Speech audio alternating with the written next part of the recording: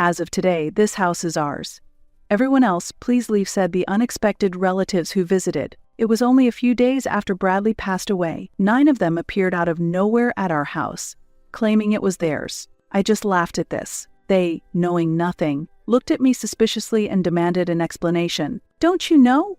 Actually, this house is already mine, I challenged them, and revealed the wish Bradley had entrusted to me. Hearing this, they were shocked, their faces turning pale. I, Hazel Thompson, am 52 years old and work in the kitchen of a dining establishment. Hazel, can you work overtime today? No, manager, I've already told you that I can't. That's right. Her husband is still hospitalized, so we should have asked someone else to cover until he returns. My apologies, Hazel.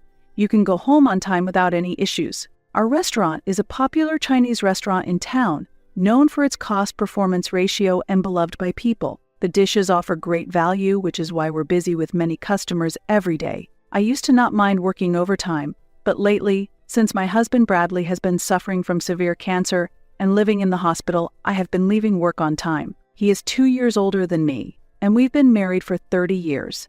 But this is the first time he has had such a serious illness. The cancer, found during a health check, had already metastasized to several places, and his physical strength began to decline rapidly after receiving the news. It's unfortunate. Staying home all the time and working from home caused my strength to decline. He was an interior coordinator, working freelance from home, able to complete his job with just a PC. Thanks to him, I was able to avoid doing household chores and work freely all day. However, since he fell ill, I asked for consideration at work and adjusted my working hours. I start early in the morning and leave early when the shop starts to get busy. I want to provide his care as much as possible and have asked those around me to allow this. Everyone, I'm sorry for always causing trouble. What are you saying? Don't be so gloomy, it'll worry your husband. Really. Just act cheerful and take good care of him. Don't worry, the manager will take care of everything if something happens. Who do you think we are? Laughed my colleagues, joking around. When I asked, everyone accepted without any complaints. Moreover, they even suggested I leave early. The manager was concerned about my financial loss and adjusted the shifts to create the current work schedule. I am grateful to be able to work in such a wonderful workplace. When peaceful days return, I intend to properly reciprocate. Thinking this, I expressed my gratitude to my colleagues and signed the attendance book. I quickly prepared and hurried to the hospital. Ah, you must be Mrs. Thompson. The doctor just arrived and is talking with your husband. When I arrived at the hospital, a nurse noticed me and warmly greeted me. Upon her words, I quickly rushed to the hospital room and entered where Bradley was talking with the doctor. Your wife has arrived. Ah, you finished work.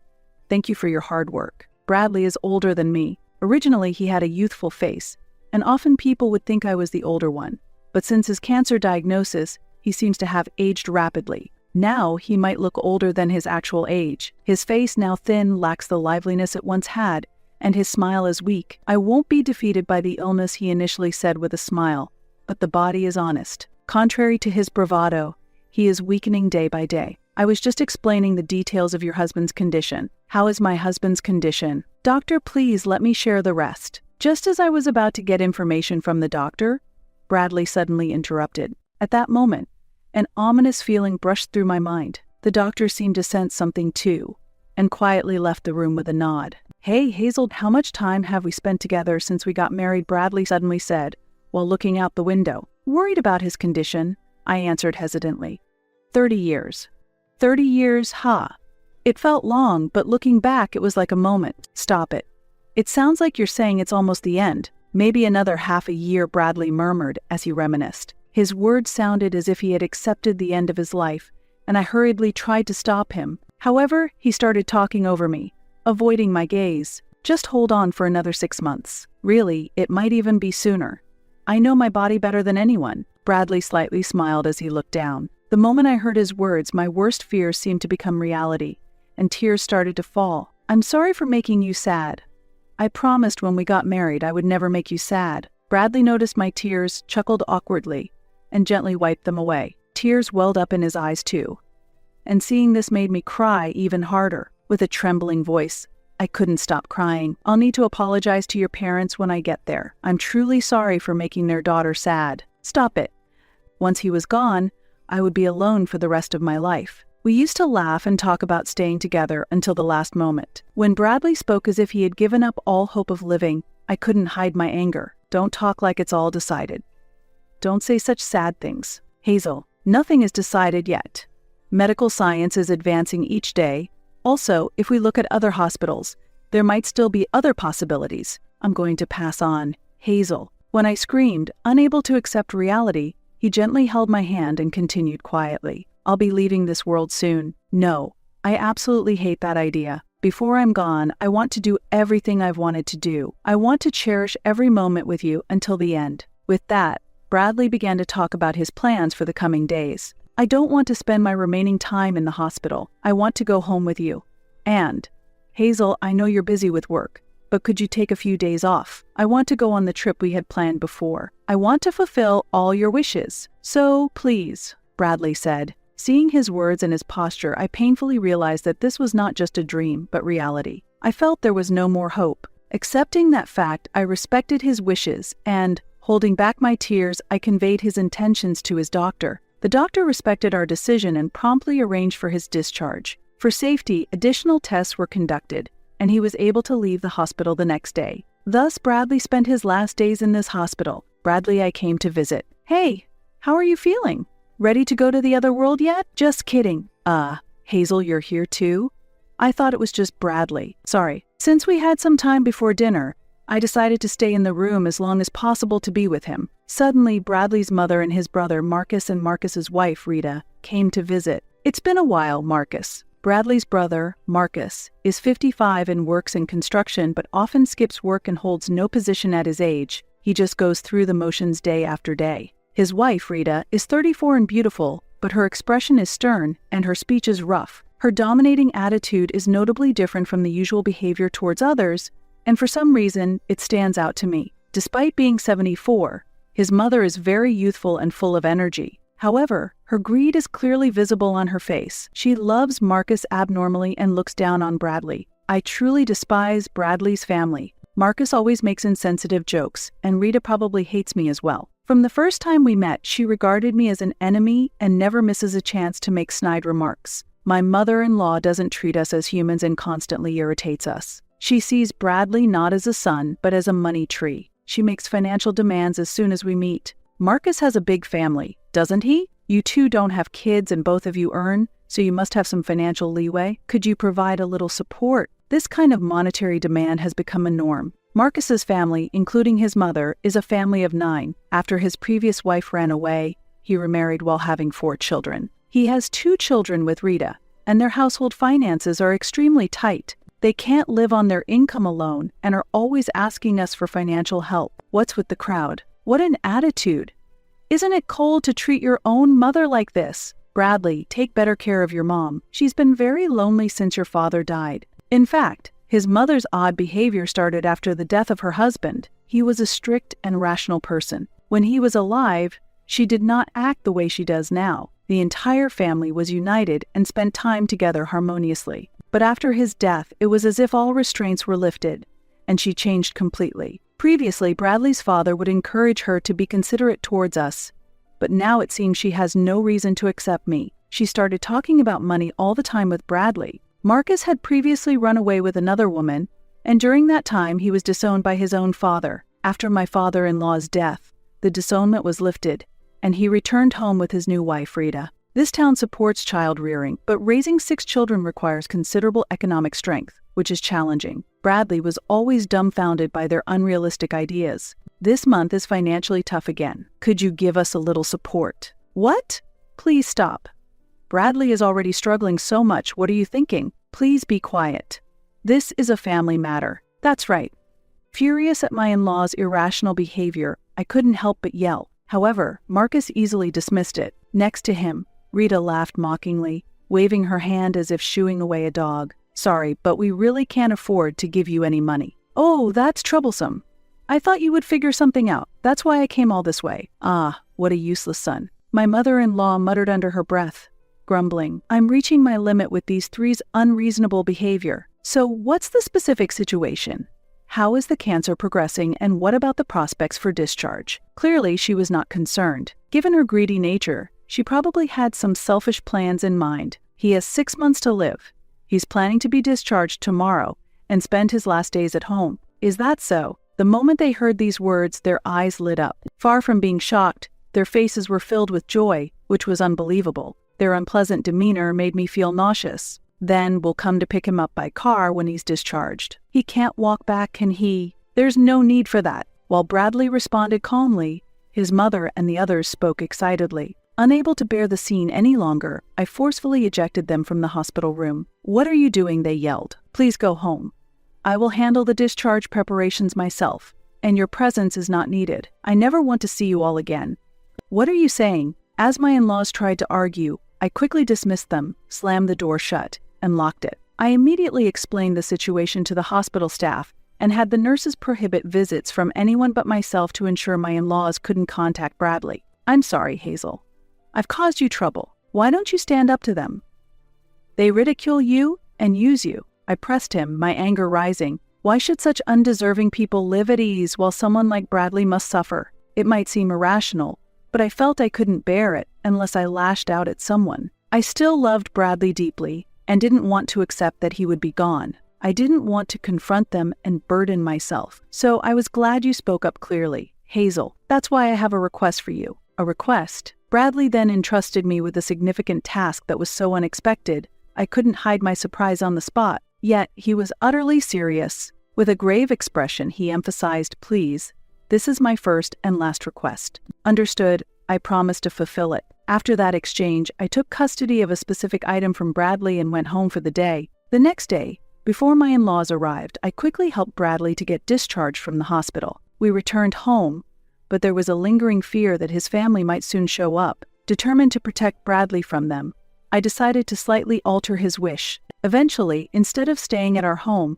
I asked an acquaintance if we could live in their villa for a while. "It's sad to leave our home, but as long as you are with me, anywhere is home." Bradley smiled shyly at that, and I couldn't help but blush. After explaining the situation at work, I took a long leave of absence. My wish was to be by Bradley's side until his last moments. With the help of friends, Bradley spent his remaining days quietly, and his end came peacefully. 6 months later, he quietly passed away. At the funeral, I saw my in-laws for the first time in a long while. I was on guard, expecting them to say something, but instead of showing sorrow, they just looked at me and smiled smugly. The moment I saw their unpleasant smiles, I felt a chill. What could this possibly mean, I wondered. Soon I would come to understand the meaning behind their laughter. After the funeral, as I was sorting through Bradley's belongings at home, the doorbell rang. When I opened the door, there stood my mother-in-law and Marcus, laden with numerous bags. "We finally found you.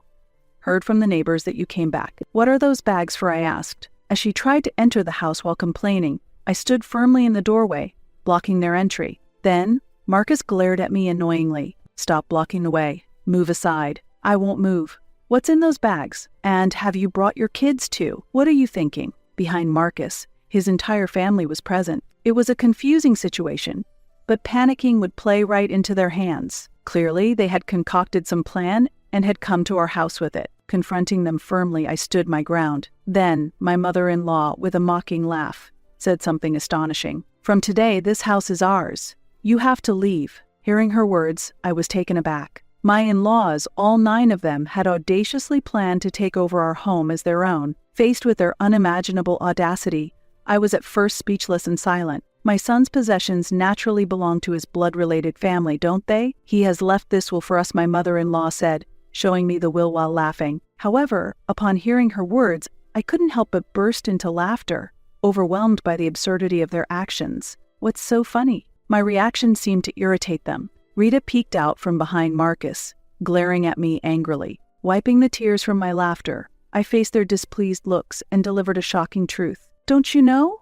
Actually, this house is already mine." "What?" said my mother-in-law. "What?" echoed Marcus. My statement left them baffled and dumbfounded. Their clueless expressions brought another wave of laughter from me. But composing myself, I went to fetch some important documents from another room to deliver even more astonishing news. "As you can see, I am now officially the owner of this house." Bradley had already transferred the ownership to me while he was still alive. "What are you talking about?"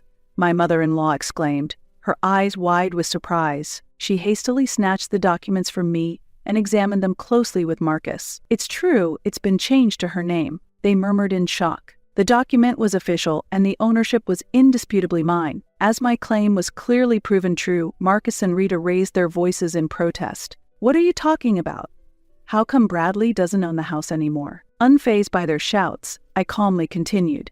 "He wanted to change the ownership to me before his discharge. He thought it would be more useful for the future if he transferred it to my name while he was still alive." At this point, my mother-in-law interrupted, thrusting her copy of the will at me. "This can't be. Look, here is a will he wrote." The document she showed was indeed written in Bradley's handwriting, but there were no seals or signatures on it. It was merely a document and did not function as a legal will, which they seemed not to understand. Their ignorance only left me exasperated, and I sighed deeply. However, no matter how much I explained, they were unlikely to accept the truth. Anticipating the next developments, I asked them to wait a bit and called a lawyer for legal assistance. "I appreciate your help. I apologize, but his family has come over concerning the will. Could you possibly come over urgently? Thank you." As I suddenly started making the call, Marcus stared at me suspiciously, wondering, "Whom are you contacting?" I offered no detailed explanation to him, but urged him to come inside first. I seated my mother-in-law and Marcus in the living room, and told the children they could play freely in the bedroom. Soon, the house's chime rang, and I went to the entrance to greet the visitor. I then escorted the person I was speaking with on the phone into the living room. I apologized for the delay. As the suited man entered the room, Marcus and the others immediately became more cautious. They glared at him with hostility. "I'm sorry for the inconvenience. This is Mr. Russell, the lawyer who has been helping us with Bradley's matters." "Russell?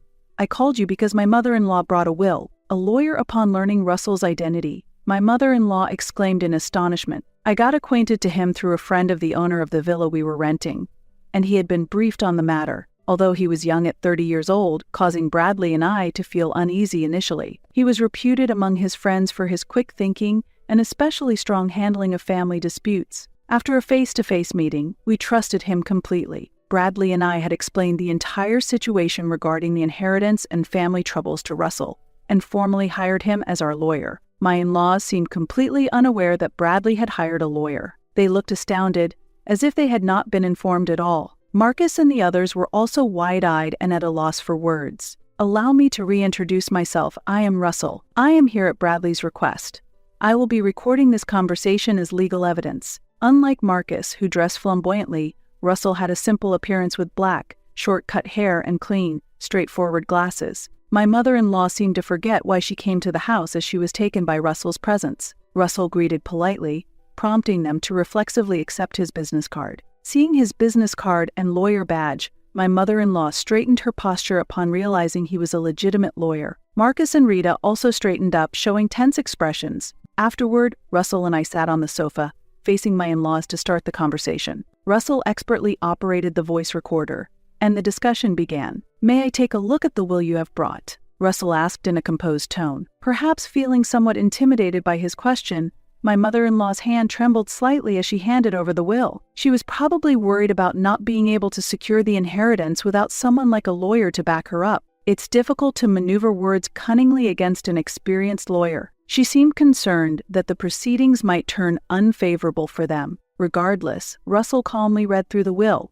After finishing, he looked at me and nodded slightly. "Thank you.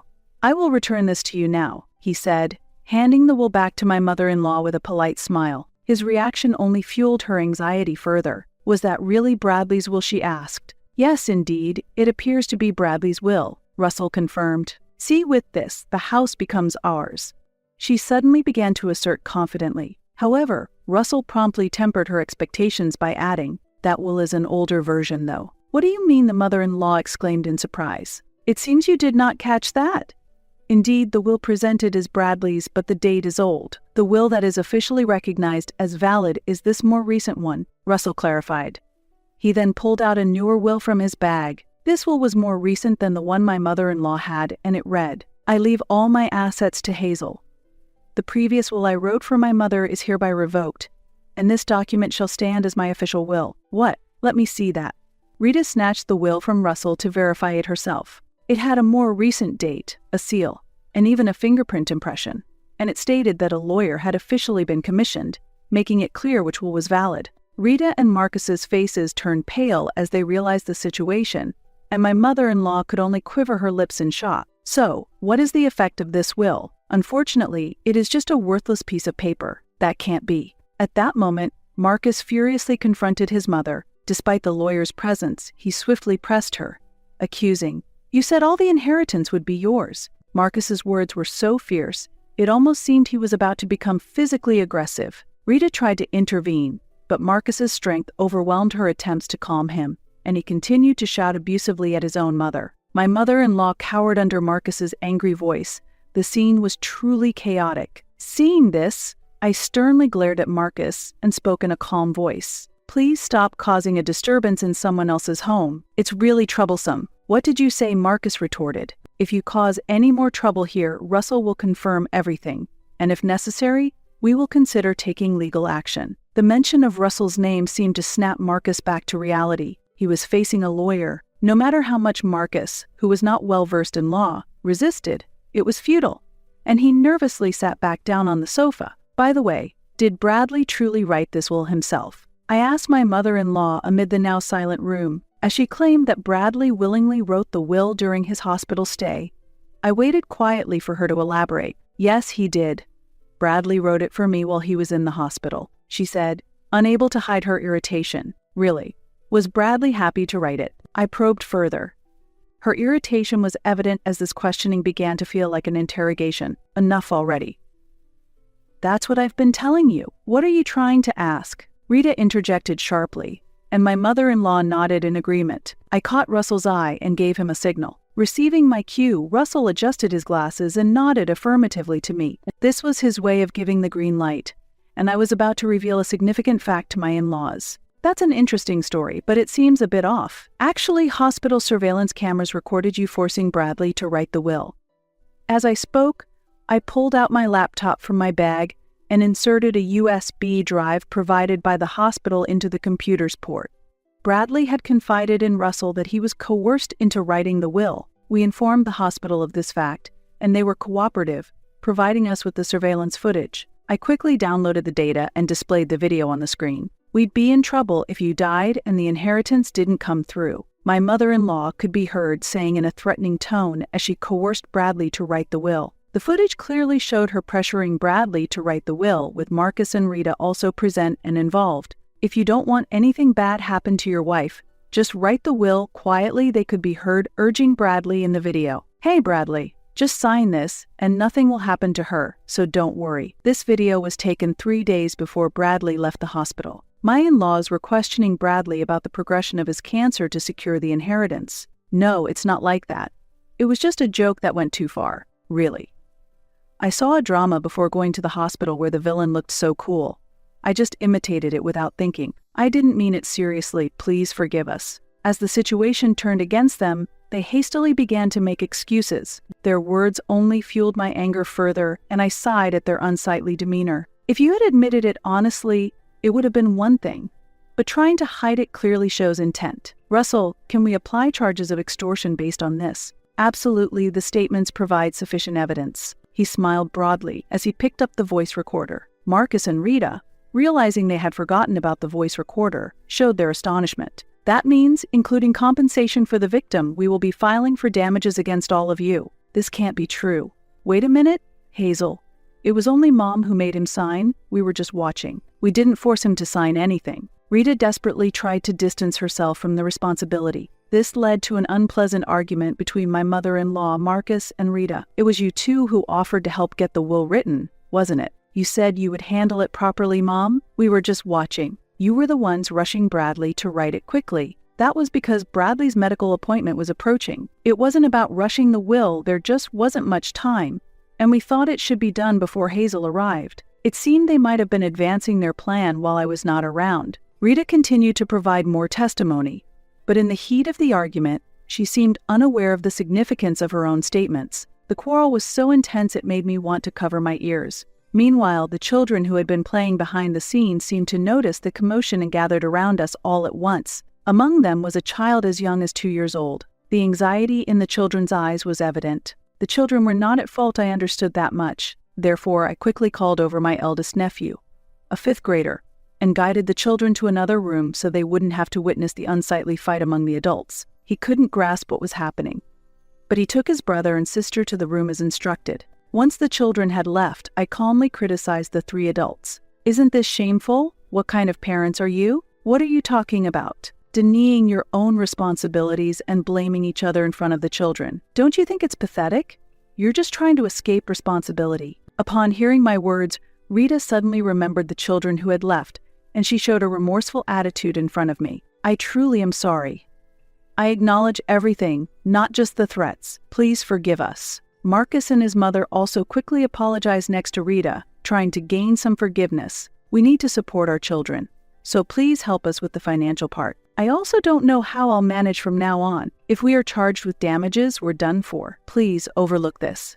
If there is a sin, I will atone for it." They were begging for forgiveness while crying. However, their attitude only fueled my anger further. In the end, all you think about is yourselves and money. I can't sense any real remorse from you. That's not the intent. It's just that we're financially strained, and we wanted you to understand our situation. Do you realize that saying such things just sounds like you're making excuses? Caught by my words, Marcus involuntarily fell silent. His mother and Rita likely felt the same. Without giving them a chance to apologize further, I threw even harsher words at them. "I have no intention of forgiving you. If you truly are concerned about your children, you should be looking to increase your work to repay your debts. Isn't everything that happened a result of what you did to Bradley? It's all your fault. Yet, why should I forgive you? It's unreasonable." They were left speechless, with no room to argue. "If you understand, then please leave. This house is important to me, and I have no intention of living with you. Hazel, please forgive us. We were wrong. Hazel, please help us." They begged for forgiveness, but I coldly refused them. "If you say another word, I'll call the police." Finally, fearing the threat of the police, they showed signs of panic. They quickly gathered their children and belongings and left the house. Russell and I watched their departure with a cool gaze, and we immediately locked the door after they left. We sighed in relief, finally settling the matter. Afterwards, I asked Russell to promptly initiate the process for claiming damages. He had already prepared everything, and the claims process proceeded smoothly. The three were charged $30,000 in damages for coercing Bradley into signing the will. Unable to pay the large sum, they proposed a settlement, but I made no concessions. "I will insist on full payment. Because I refused to negotiate, their lives changed significantly. My mother-in-law had to care for 6 children alone from morning to night,